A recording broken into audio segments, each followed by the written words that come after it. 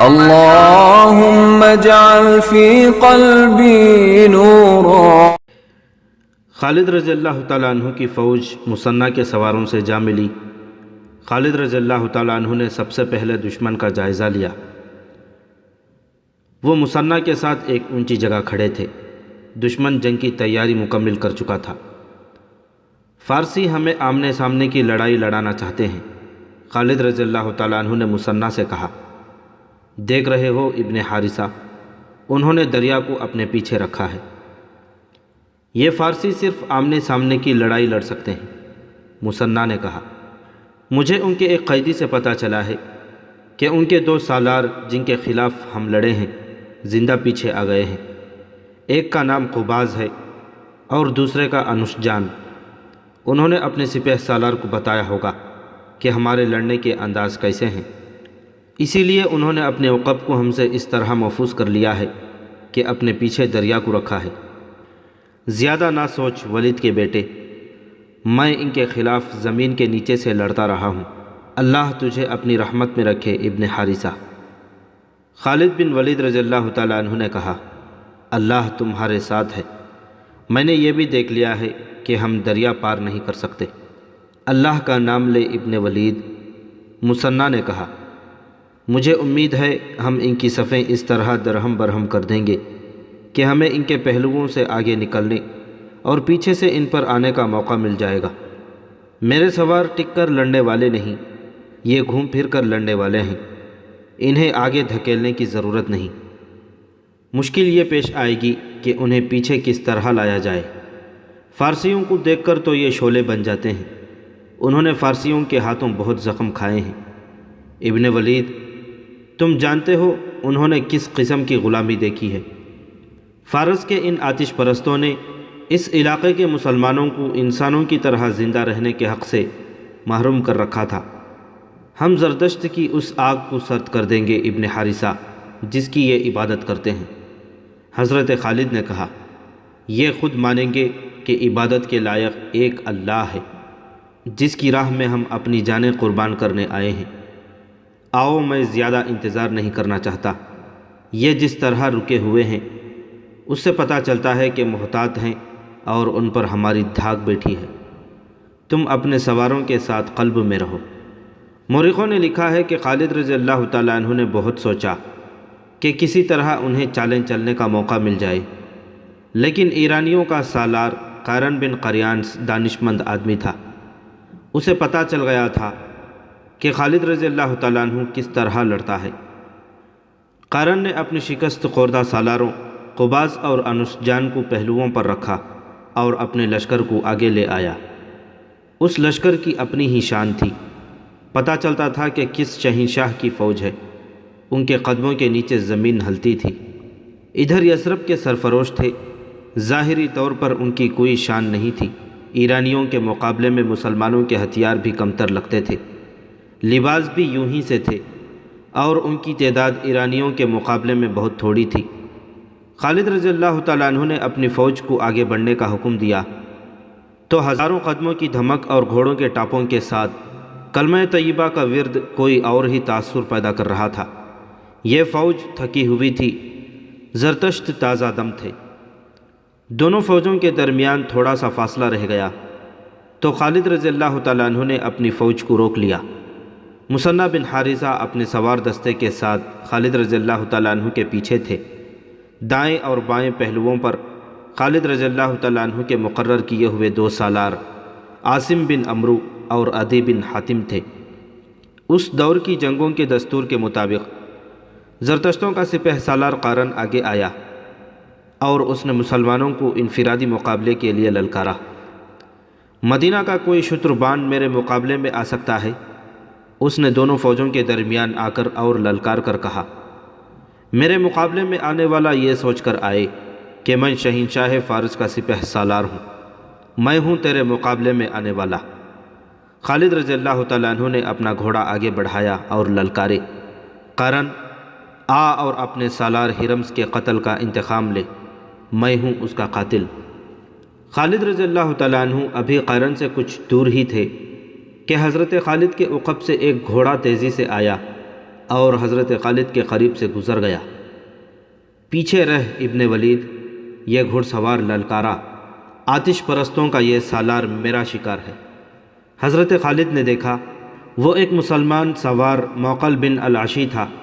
وہ پہلوانی اور تیغ زنی میں مہارت اور شہرت رکھتا تھا۔ یہ ڈسپلن کے خلاف تھا کہ کوئی سپاہی یا سوار اپنے سالار پر برتری حاصل کرنے کی کوشش کرتا، لیکن وہ وقت ایسا تھا کہ بندہ و صاحب اور محتاج و غنی ایک ہو گئے تھے۔ سپاہی اور سوار جنگ کا مقصد سمجھتے تھے۔ جو جذبہ سپاہیوں میں تھا وہی سالاروں میں تھا۔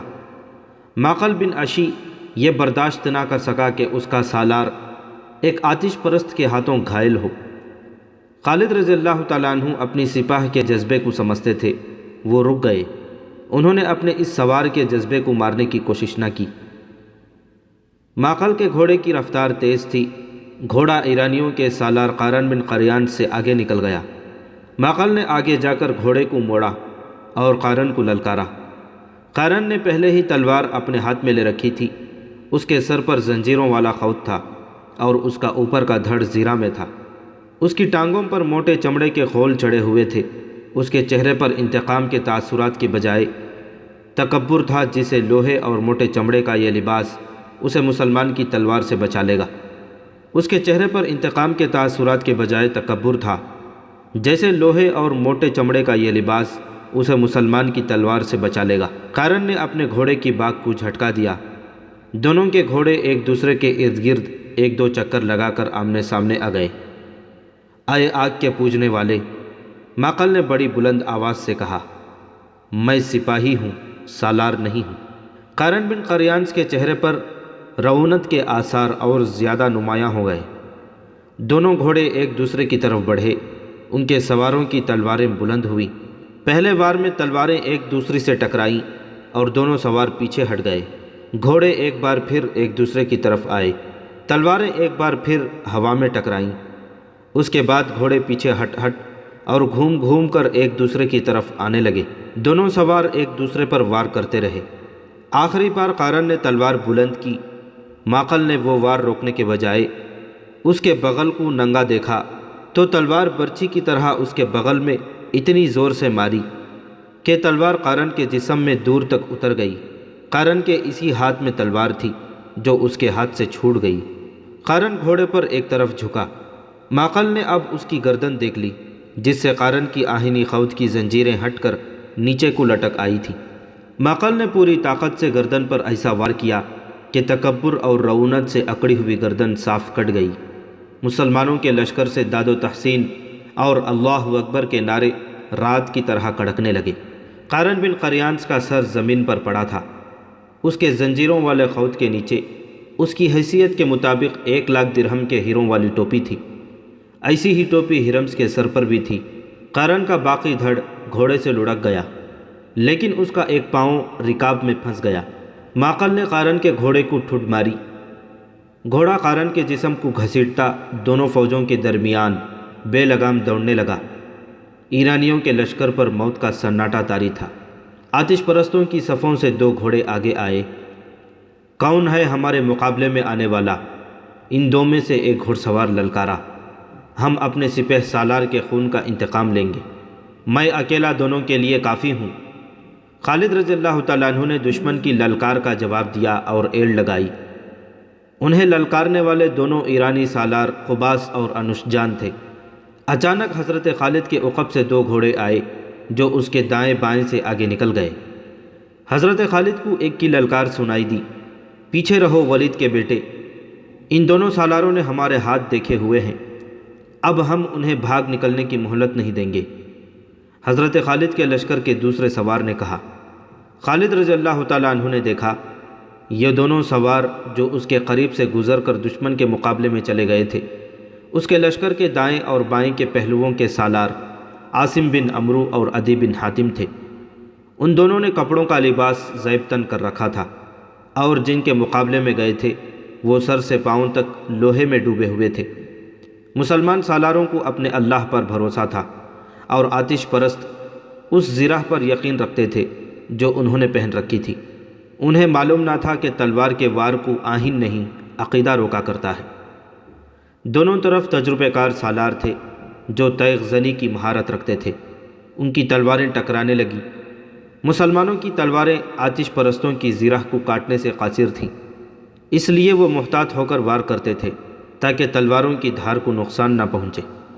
عاصم اور عدی اس طاق میں تھے کہ دشمن کا کوئی نازک اور غیر محفوظ جسم کا حصہ سامنے آئے تو وہ ماقل کی طرح وار کریں۔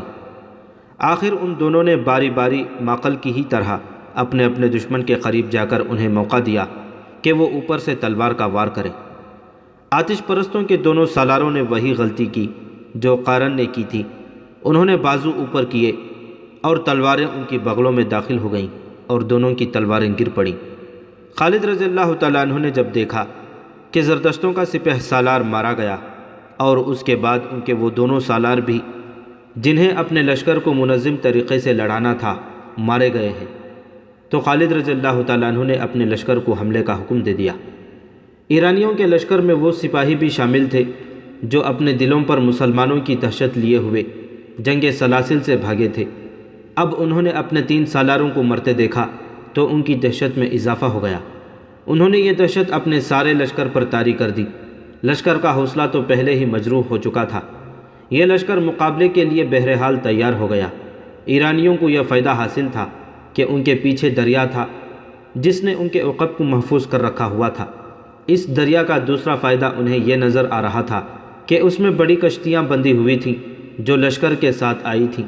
پسپا ہونے کے لیے ان کشتیوں کو ان کے کام آنا تھا۔ انہیں یہ ڈر بھی نہ تھا کہ مسلمان تعاقب میں آ سکیں گے۔ خالد رضی اللہ تعالیٰ عنہ کے حملے کا انداز ہلہ بولنے والا یا اندھا دھند ٹوٹ پڑنے والا نہیں تھا۔ انہوں نے ایک ہی بار میں اپنے تمام دستے جنگ میں نہ جھونک دیے۔ انہوں نے قلب کے دستوں کو باری باری آگے بھیجا اور انہیں ہدایت یہ دی کہ وہ دشمن کی صفوں کے اندر نہ جائیں بلکہ دشمن کو اپنے ساتھ آگے لانے کی کوشش کریں۔ اس کے ساتھ ساتھ حضرت خالد پہلوؤں کو اس طرح پھیلاتے جا رہے تھے کہ وہ دشمن پر پہلوؤں سے حملہ کر سکیں۔ دشمن کے سپہ سالار اور 2 سالاروں کی لاشیں گھوڑوں کے سمون تلے کچلی مسلی جا رہی تھیں۔ یہ فارس کی شہنشاہی کا غرور تھا جو مسلمانوں کے گھوڑوں تلے کچلا جا رہا تھا۔ اس صورتحال میں آتش پرستوں کے حوصلے مر سکتے تھے، بیدار نہیں ہو سکتے تھے۔ مسلمانوں کے نعرے اور ان کی للکار ان کے پاؤں اکھاڑ رہی تھی۔ زردشت کے پجاریوں، اللہ کو مانو، ہم ہیں محمد صلی اللہ علیہ وسلم کے شیدائی، اور اللہ اکبر کے نعروں سے فضا کانپ رہی تھی۔ جوش و خروش تو مثنہ بن حارثہ کے سواروں کا تھا، ان کی للکار الگ تھلگ تھی۔ اپنے غلاموں کی ضرب دیکھو، آج ظالموں سے خون کا حساب لیں گے۔ بلاؤ ارد شیر کو، زرتشت کو آواز دو۔ ایرانی سپاہ کے حوصلے جواب دینے لگے۔ ان کی دوسری کمزوری نے تو ان کے جسم توڑ دیے۔ یہ کمزوری ان کے ہتھیاروں کا اور زرہ کا بوجھ تھا۔ وہ تھکن محسوس کرنے لگے۔ حضرت خالد نے اپنی جو سپاہ کے ساتھ سپاہیوں کی طرح لڑ رہے تھے بھانپ لیا کہ آتش پرست ڈھیلے پڑتے جا رہے ہیں۔ انہوں نے جس شدت سے مقابلے اور جوابی حملوں کا آغاز کیا تھا اس شدت میں نمایاں کمی نظر آنے لگی۔ حضرت خالد نے اپنے قاصد پہلوؤں کے سالاروں عاصم اور عدی کی طرف اس حکم کے ساتھ دوڑا دیے کہ اپنے اپنے پہلوؤں کو اور باہر لے جا کر بیک وقت دشمن کے پہلوؤں پر حملہ کریں۔ اس کے ساتھ ہی حضرت خالد نے قلب کے پیچھے رکھے ہوئے محفوظہ کے دستے کو دشمن کے قلب پر حملے کا حکم دے دیا۔ ان دستوں کو جو پہلے موج در موج کے انداز سے حملے کر رہے تھے حضرت خالد نے پیچھے ہٹا لیا تاکہ وہ جوش و خروش میں ایسی تھکن محسوس نہ کرنے لگے جو ان کی برداشت سے باہر ہو جائے۔ ایرانی لشکر مسلمانوں کے نئے حملوں کی تاب نہ لا سکے۔ ان کا جانی نقصان بہت ہو چکا تھا، اب وہ بکھرنے لگے۔ مسلمانوں نے دیکھا کہ پیچھے جو ایرانی سپاہی تھے وہ دریا کی طرف بھاگے جا رہے تھے۔ اس وقت مسلمانوں کو وہ کشتیاں دکھائی دیں جو سینکڑوں کی تعداد میں دریا کے کنارے بندھی تھیں۔ کشتیاں توڑ دو، ایک مسلمان کی للکار سنائی دی۔ دشمن بھاگنے کے لیے کشتیاں ساتھ لایا ہے، ایک اور للکار سنائی دی۔ جب یہ للکار خالد بن ولید رضی اللہ تعالیٰ عنہ تک پہنچی تو انہوں نے دائیں بائیں قاصد اس حکم کے ساتھ دوڑا دیے کہ دشمن کے عقب میں جانے کی کوشش کرو اور ان کی کشتیاں توڑ دو یا ان پر قبضہ کر لو۔ قبضہ کر لینے کی صورت میں یہ کشتیاں حضرت خالد کے لشکر کے کام آ سکتی تھی، انہیں بھی دریا پار کرنا تھا۔ جب یہ حکم سالاروں تک اور سالاروں سے سپاہیوں تک پہنچا تو یہی ایک للکار بلند ہونے لگی، کشتیوں تک پہنچو، کشتیاں بیکار کر دو، کشتیاں پکڑ لو۔ اس للکار نے آتش پرستوں کا رہا سہا دمخم بھی توڑ دیا۔ زندہ بھاگ نکلنے کا ذریعہ یہی کشتیاں تھیں جو مسلمانوں نے دیکھ لی تھیں۔ ایرانیوں نے لڑائی سے منہ موڑ کر کشتیوں کا رخ کیا۔ وہ ایک دوسرے سے پہلے کشتیوں میں سوار ہونے کے لیے دھکم پیل کرنے لگے۔ ان کی حالت ڈری ہوئی بھیڑوں کی مانند ہو گئی جو ایک دوسرے کی آڑ میں چھپنے کی کوشش کیا کرتی ہیں۔ ایرانی سپاہیوں نے کشتیوں پر سوار ہونے کے لیے گھوڑے چھوڑ دیے، حالانکہ کشتیاں اتنی بڑی تھیں کہ ان پر گھوڑے بھی لے جائے جا سکتے تھے۔ یہ تھا وہ موقع جب مجاہدین اسلام کے ہاتھوں آتش پرستوں کا قتل عام شروع ہو گیا۔ وہ کشتیوں میں سوار ہونے کی کوشش میں کٹ رہے تھے۔ ان میں سے جو کشتیوں میں سوار ہو گئے اور رسے کھول کر کشتیاں کنارے سے ہٹا لے گئے، ان میں زیادہ تر مسلمانوں کے تیروں کا نشانہ بن گئے۔ پھر بھی کچھ اور خوش نصیب تھے جو بچ کر نکل گئے۔ تقریباً تمام مورخوں نے لکھا ہے کہ اس معرکے میں 30,000 ایرانی فوجی مارے گئے۔ زخمیوں کی تعداد کسی نے نہیں لکھی۔ تصور کیا جا سکتا ہے کہ جہاں اتنی اموات ہوئی وہاں زخمیوں کی تعداد اموات کے ہی لگ بھگ ہوگی۔ اس کا مطلب یہ تھا کہ شہنشاہ فارس کی اس جنگی قوت کا بت ٹوٹ گیا تھا جسے ناقابل تسخیر سمجھا جاتا تھا۔ اللہ کی تلوار نے کسریٰ کی طاقت اور غرور پر ضرب کاری لگائی تھی، جس نے مدائن میں کسریٰ کے ایوانوں کو ہلا ڈالا تھا۔ دریائے ماقل کے کنارے خون میں ڈوب گئے تھے۔ میدان جنگ کا منظر بڑا ہی بھیانک تھا۔ دور دور تک لاشیں اور تڑپتے زخمی بکھرے نظر آتے تھے۔ زخمی گھوڑے دوڑتے پھرتے اور زخمیوں کو رونتے پھر رہے تھے۔ مجاہدین اسلام اپنی زخمی ساتھیوں کو اور شہیدوں کی لاشوں کو اٹھا رہے تھے۔ میدان خون سے لال ہو گیا تھا۔ خالد رضی اللہ تعالیٰ عنہ ایک بلند جگہ پر کھڑے میدان جنگ کو دیکھ رہے تھے۔ ایک طرف سے ایک گھوڑ سوار گھوڑے کو سر پر دوڑاتا آیا۔ اس نے خالد رضی اللہ تعالیٰ عنہ کے قریب آ کر گھوڑا روکا۔ وہ مثنیٰ بن حارثہ تھا۔ گھوڑا خالد رضی اللہ تعالیٰ عنہ کے گھوڑے کے پہلو کے ساتھ کر کے مثنیٰ گھوڑے پر ہی خالد رضی اللہ تعالیٰ عنہ سے بغل گیر ہو گئے۔ ابن ولید مثنیٰ نے جذبات سے لرزتی ہوئی آواز میں کہا، میں نے آج مظلوم مسلمانوں کے خون کا انتقام لے لیا ہے۔ ابھی نہیں ابن حارثہ، حضرت خالد نے بڑے سنجیدے لہجے میں کہا، ابھی تو ابتدا ہے، ہمارے لیے اصل خطرہ اب شروع ہوا ہے۔ کیا تم نے ان کشتیوں کی تعداد نہیں دیکھی؟ کیا تم نے نہیں دیکھا کہ یہ کشتیاں کتنی بڑی اور کتنی مضبوط تھیں؟ اور تم نے یہ بھی دیکھا ہوگا کہ فارسیوں کے پاس ساز و سامان کس قدر زیادہ ہے، ان کے وسائل بڑے وسیع ہیں۔ ہم اپنے وطن سے بہت دور آ گئے ہیں، ہمیں اب انہی سے ہتھیار اور رسد چھین کر اپنی ضرورت پوری کرنی ہے۔ یہ کام آسان نہیں ابن حارثہ، اور میرے لیے یہ بھی آسان نہیں کہ میں ان دشواریوں اور محرومیوں سے گھبرا کر یہیں سے واپس چلا جاؤں۔ ہم واپس نہیں جائیں گے ابن ولید، مثنیٰ نے پرعزم لہجے میں کہا، ہمیں کسریٰ کے ایوانوں کی اینٹ سے اینٹ بجانی ہے۔ ہمیں ان آتش پرستوں پر یہ ثابت کرنا ہے کہ جھوٹے خدا کسی کی دستگیری نہیں کر سکتے۔ خالد رضی اللہ تعالیٰ عنہ نے اپنے سالاروں کو بلایا۔ اس سے پہلے وہ مال غنیمت کو اکٹھا کرنے کا حکم دے چکے تھے۔ ہماری مشکلات اب شروع ہوئی ہیں۔ حضرت خالد نے اپنے سالاروں سے کہا، ہم اس وقت دشمن کی سرزمین پر کھڑے ہیں۔ یہاں کے درخت اور یہاں کے پتھر اور اس مٹی کا ذرہ ذرہ ہمارا دشمن ہے۔ یہاں کے لوگ ہمارے لیے اجنبی ہیں۔ ان لوگوں پر فارس کی شہنشاہی کی دہشت طاری ہے۔ یہ لوگ اردو شیر کو فرعون سمجھتے ہیں۔ یہ بڑی مشکل سے مانیں گے کہ کوئی ایسی طاقت بھی ہے جس نے فارس کی شہنشاہی کا بت توڑ ڈالا ہے۔ میرے رفیقوں، یہاں کے لوگوں کو اپنے ساتھ ملائے بغیر ہم یہاں ایک قدم بھی نہیں چل سکتے۔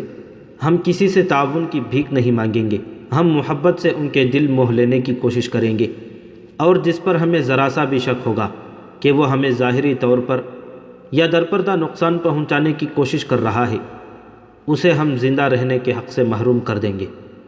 ہم ان لوگوں کو غلام بنانے نہیں آئے، ہم انہیں غلامی سے اور باطل کے عقیدوں سے نجات دلانے آئے ہیں۔ جو علاقے ہم نے لے لیے ہیں ان کے انتظامی امور کی طرف فوری توجہ دینی ہے۔ یہاں مسلمان بھی آباد ہیں، وہ یقیناً ہمارا ساتھ دیں گے، لیکن میرے دوستوں، کسی پر صرف اس لیے اعتماد نہ کر لینا کہ وہ مسلمان ہے۔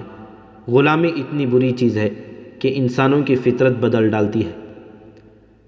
یہاں کے مسلمانوں کو اعتماد میں لے کر ان سے معلوم کرنا ہے کہ شہنشاہ فارس کے حامی کون کون ہیں، ان کی چھان بین کر کے ان کے درجے مقرر کرنے ہیں۔ جس پر ذرا سا بھی شک ہو اسے گرفتار کر لو، اور جو غیر مسلم سچے دل سے ہمارے ساتھ تعاون کرنا چاہتا ہے اسے اسلام کی دعوت دو۔ میں مختلف شعبے قائم کر رہا ہوں۔ خالد رضی اللہ تعالیٰ عنہ نے مفتوحہ علاقوں کے باشندوں پر سب سے زیادہ توجہ دی۔ انہوں نے اعلان کیا کہ جو غیر مسلم باشندے مسلمانوں کی اطاعت قبول کر لیں گے ان سے جزیہ وصول کیا جائے گا، اور مسلمان انہیں اپنی پناہ میں سمجھیں گے۔ ان کی ضروریات اور ان کے جان و مال کا تحفظ مسلمانوں کی ذمہ داری ہوگی۔ اس اعلان کے ساتھ ہی بیشتر باشندے مسلمانوں کی پناہ میں آ گئے۔ خالد رضی اللہ تعالیٰ عنہ نے اس علاقے سے جزیہ اور محصولات وغیرہ جمع کرنے کے لیے ایک شعبہ قائم کر دیا، جس کا نگران سوید بن مقرن کو مقرر کیا گیا۔ دوسرا شعبہ جس کی سب سے زیادہ ضرورت تھی وہ جاسوسی کا شعبہ تھا۔ اب باقاعدہ اور ماہرانہ جاسوسی کی ضرورت تھی۔ خالد رضی اللہ تعالیٰ عنہ نے اسی وقت اپنے جاسوس، جو اسی علاقے کے رہنے والے مسلمان تھے، دریائے فرات کے پار بھیج دیے۔ جب مال غنیمت جمع ہو گیا تو دیکھا کہ یہ جنگ سلاسل کی نسبت خاصا زیادہ تھا۔ خالد رضی اللہ تعالیٰ عنہ نے اس کے 5 حصے کیے، 4 اپنی سپاہ میں تقسیم کر کے 5واں حصہ مدینہ بھیج دیا۔ مورخ لکھتے ہیں کہ اس سے پہلے خالد رضی اللہ تعالیٰ عنہ کو اتنا سنجیدہ اور اتنا متفکر کبھی نہیں دیکھا گیا تھا جتنا وہ اب تھے۔ مئی 633 عیسوی کے پہلے ہفتے میں، جو ماہ صفر 12 ہجری کا تیسرا ہفتہ تھا، زردشت کے پجاریوں کے لیے دریائے فرات کا سرسبز و شاداب خطہ جہنم بن گیا تھا۔ کس قدر ناز تھا انہیں اپنی جنگی طاقت پر، اپنی شان و شوکت پر، اپنے گھوڑوں اور ہاتھیوں پر۔ وہ تو فرعونوں کے ہم پلہ ہونے کا دعویٰ کرنے لگے تھے، اور کسریٰ دہشت کی علامت بنتا جا رہا تھا۔ دجلہ اور فرات کے سنگم کے وسیع علاقے میں خالد رضی اللہ تعالیٰ عنہ نے، جنہیں رسول اکرم صلی اللہ علیہ وسلم نے اللہ کی تلوار کا خطاب دیا تھا، فارس کے زردشتوں کو بہت بری شکستیں دی تھیں، اور ان کے ہرمز قارن بن قریانس، انوشجان اور قباس جیسے سالاروں کو موت کے گھاٹ اتار دیا تھا۔ لیکن کسریٰ اردشیر نے ابھی شکست تسلیم نہیں کی تھی۔ اس کے پاس ابھی بے پناہ فوج موجود تھی، اور مدینہ کے مجاہدین کو وہ اب بھی بدو اور صحرائی لٹیرے کہتا تھا۔ اس نے شکست تسلیم تو نہیں کی تھی، لیکن شکست اور اپنے نامور سالاروں کی مسلمانوں کے ہاتھوں موت کا جو اسے صدمہ ہوا تھا، اسے وہ چھپا نہیں سکتا تھا۔ ہرمز کی موت کی اطلاع پر وہ اپنے دل پر ہاتھ رکھ کر دوہرا ہو گیا تھا۔ اس نے سنبھلنے کی بہت کوشش کی تھی، لیکن ایسے مرض کا آغاز ہو چکا تھا جس نے اسے بستر پر گرا دیا تھا۔ مورخوں نے اس مرض کو صدمے کا اثر لکھا ہے۔ کیا میرے لیے شکست اور پسپائی کے سوا اب کوئی خبر نہیں رہ گئی؟ اس نے بستر میں اٹھ کر بیٹھتے ہوئے گرج کر کہا۔ کیا مدینہ کے مسلمان جنات ہیں؟ کیا وہ کسی کو نظر نہیں آتے اور وار کر جاتے ہیں؟ طبیب اردشیر کی منظور نظر 2 جوان سال بیویاں اور اس کا وزیر حیران اور پریشان کھڑے اس قاصد کو گھور رہے تھے جو ایرانیوں کی فوج کی ایک اور شکست اور پسپائی کی خبر لایا تھا۔ اس کے آنے کی جب اطلاع اندر آئی تو طبیب نے باہر جا کر قاصد سے پوچھا تھا کہ وہ کیا خبر لایا ہے۔ قاصد نے خبر سنائی تو طبیب نے اسے کہا تھا کہ وہ کسریٰ کو ابھی ایسی بری خبر نہ سنائے، کیونکہ اس کی طبیعت اس کی متحمل نہیں ہو سکے گی۔ لیکن یہ قاصد کوئی معمولی سپاہی نہیں تھا، وہ طبیب کا کہنا مان جاتا۔ وہ پرانا کمانڈر تھا، اس کا عہدہ سالاری سے 2 ہی درجے کم تھا۔ اسے کسی سالار نے نہیں بھیجا تھا، اسے بھیجنے کے لیے کوئی سالار زندہ نہیں رہا تھا۔ طبیب کے روکنے سے وہ نہ رکا۔ اس نے کہا کہ اسے کسریٰ کی صحت کا نہیں، فارس کی شہنشاہی اور زردشت کی عظمت کا غم ہے۔ اگر شہنشاہ اردشیر کو اس نے دجلہ اور فرات کی جنگی کیفیت کی پوری اطلاع نہ دی تو مسلمان مدائن کے دروازے پر آ دھمکیں گے۔ اس نے طبیب کی اور کوئی بات نہ سنی، اندر چلا گیا اور اردشیر کو بتایا کہ مسلمانوں نے فارس کی فوج کو بہت بری شکست دی ہے۔ اردشیر لیٹا ہوا تھا، اٹھ بیٹھا، غصے سے اس کے ہونٹ اور اس کے ہاتھ کانپ رہے تھے۔ شہنشاہ فارس، کمانڈر نے کہا، مدینہ والے جنات نہیں، وہ سب کو نظر آتے ہیں، لیکن کیا قارن مر گیا تھا؟ اردشیر نے غصے سے پوچھا۔ ہاں شہنشاہ، کمانڈر نے جواب دیا، وہ ذاتی مقابلے میں مارا گیا تھا، اس نے دونوں فوجوں کی لڑائی تو دیکھی ہی نہیں۔ مجھے اطلاع دی گئی تھی کہ قباس اور انوشجان بھی اس کے ساتھ تھے، وہ بھی قارن کے انجام کو پہنچ گئے تھے۔ کمانڈر نے کہا، وہ قارن کے قتل کا انتقام لینا چاہتے تھے۔ دونوں نے اکٹھے آگے بڑھ کر مدینہ کے سالاروں کو للکارا اور دونوں مارے گئے۔ شہنشاہ فارس، کیا فارس کی اس عظیم شہنشاہی کو اس انجام تک پہنچنا ہے؟ نہیں، گستاخی کی معافی چاہتا ہوں۔ اگر کسریٰ نے صدمے سے اپنے آپ کو یوں روگ لگا لیا تو کیا ہم زردشت کی عظمت کو مدینہ کے بددوؤں سے بچا سکیں گے؟ تم کون ہو؟ اردشیر نے پوچھا۔ میں کمانڈر ہوں، کمانڈر نے جواب دیا۔ میں کسی کا بھیجا ہوا قاصد نہیں، میں زردشت کا جانثار ہوں۔ دربان کو بلاؤ، اردشیر نے حکم دیا۔ تم نے مجھے نیا حوصلہ دیا ہے۔ مجھے یہ بتاؤ، کیا مسلمانوں کی نفری زیادہ ہے؟ کیا ان کے پاس گھوڑے زیادہ ہیں؟ کیا ہے ان کے پاس؟ دربان اندر آیا اور حکم کے انتظار میں جھک کر دوہرا ہو گیا۔ سالار اینڈرزغر کو فوراً بلاؤ، اردشیر نے دربان سے کہا اور کمانڈر سے پوچھا، کیا ہے ان کے پاس؟ بیٹھ جاؤ اور مجھے بتاؤ۔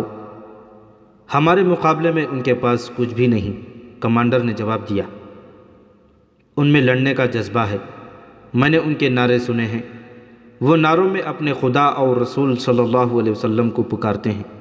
میں نے ان میں ایک مذہب کا جنون دیکھا ہے، وہ اپنے عقیدے کے بہت پکے ہیں اور یہی ان کی طاقت ہے۔ ہر میدان میں ان کی تعداد تھوڑی ہے۔ ٹھہر جاؤ، اردشیر نے کہا، اینڈرزغر آ رہا ہے۔ مجھے اپنے اس سالار پر بھروسہ ہے، اسے بتاؤ کہ ہماری فوج میں کیا کمزوری ہے کہ اتنی زیادہ تعداد میں ہوتے ہوئے بھی بھاگ آتی ہے۔ اینڈرزغر، اردشیر بستر پر نیم دراز تھا، اپنے ایک اور نامور سالار سے کہنے لگا، کیا تم نے سنا نہیں کہ قارن بن قریانس بھی مارا گیا ہے، قباس بھی مارا گیا اور انوشجان بھی مارا گیا ہے؟ اینڈرزغر کی آنکھیں ٹھہر گئیں، جیسے حیرت نے اس پر سکتہ طاری کر دیا ہو۔ اسے بتاؤ کمانڈر، اردشیر نے کمانڈر سے کہا، کیا میں ان حالات میں زندہ رہ سکوں گا؟ کمانڈر نے سالار اینڈرزغر کو تفصیل سے بتایا کہ مسلمانوں نے انہیں دریائے معقل کے کنارے کس طرح شکست دی ہے، اور یہ بھی تفصیل سے بتایا کہ مدائن کی فوج کس طرح بھاگی ہے۔ اینڈرزغر، اردشیر نے کہا، ہم اب ایک اور شکست کا خطرہ مول نہیں لے سکتے۔ مسلمانوں سے شکست کا صرف انتقام نہیں لینا، ان کی لاشیں فرات میں بہا دینی ہے۔ یہ اسی صورت میں ممکن ہے کہ تم زیادہ سے زیادہ فوج لے کر جاؤ۔ تم اس علاقے سے واقف ہو، تم بہتر سمجھ سکتے ہو کہ مسلمانوں کو کہاں گھسیٹ کر لڑانا چاہیے۔ وہ ریگستان کے رہنے والے ہیں، اینڈرزغر نے کہا، اور وہ ریگستان میں ہی لڑ سکتے ہیں۔ میں انہیں سرسبز اور دلدلی علاقے میں آنے دوں گا اور ان پر حملہ کروں گا۔ میری نظر میں والا جاہ موضوع علاقہ ہے۔ اس نے کمانڈر سے پوچھا، ان کے گھوڑ سوار کیسے ہیں؟ ان کے سوار دستے ہی ان کی اصل طاقت ہے، کمانڈر نے کہا۔ ان کے سوار بہت تیز اور ہوشیار ہیں، دوڑتے گھوڑوں سے ان کے چلائے ہوئے تیر خطا نہیں ہوتے۔ ان کے سواروں کا حملہ بہت ہی تیز ہوتا ہے، وہ جم کر نہیں لڑتے، ایک ہلہ بول کر ادھر ادھر ہو جاتے ہیں۔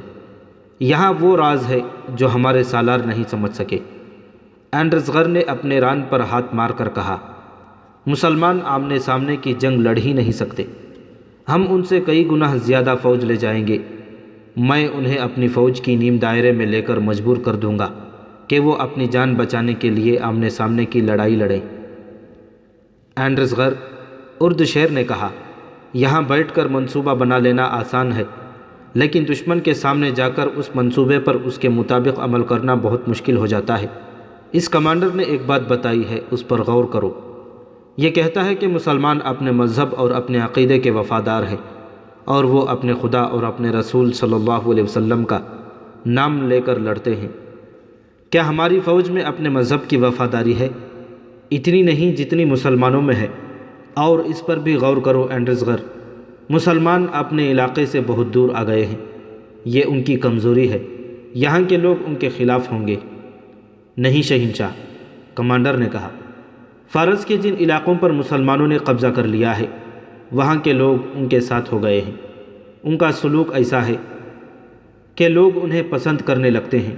وہ قتل صرف انہیں کرتے ہیں جن پر انہیں کچھ شک ہوتا ہے۔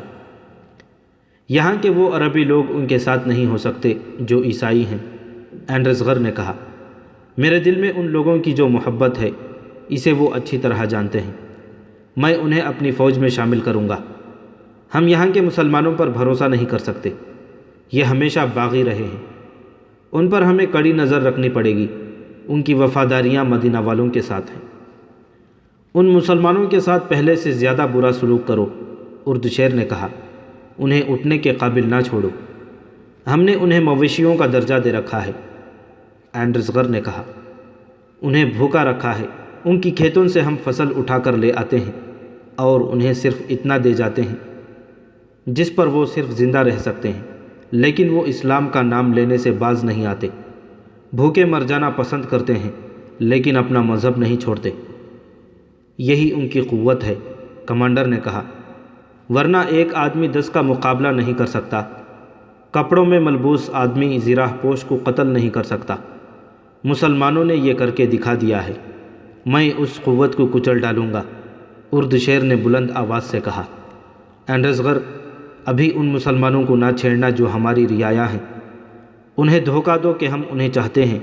پہلے ان کا صفایا کرو جنہوں نے ہماری شہنشاہی میں قدم رکھنے کی جرات کی ہے۔ اس کے بعد ہم ان کا صفایا کریں گے جو ہمارے سائے میں سانپوں کی طرح پل رہے ہیں۔